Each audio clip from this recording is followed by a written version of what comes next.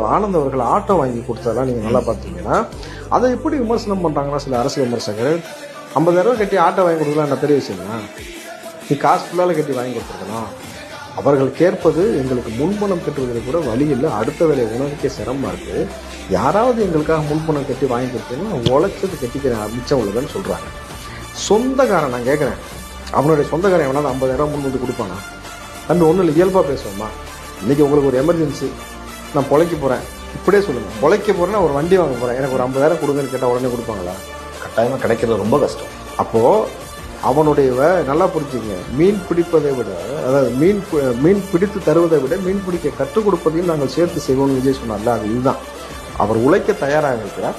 அவருக்காக நாங்கள் ஒரு 50,000 கட்டி நாங்கள் ஒரு ஆட்டோ வாங்கி கொடுக்கும்பொழுது அவர் உழைத்து பிழைத்து கொள்கிறார். அவருக்கான வழிவகை காட்டும். நிரந்தரமாக யார்ட்டையும் போய் கையேந்த வேண்டாம், 1000 ரூபாய்க்காக போய் நிற்க வேண்டாம், அமைச்சருக்கு வந்து கோஷ்டி போட போயிட்டு அங்கே போய் நம்ம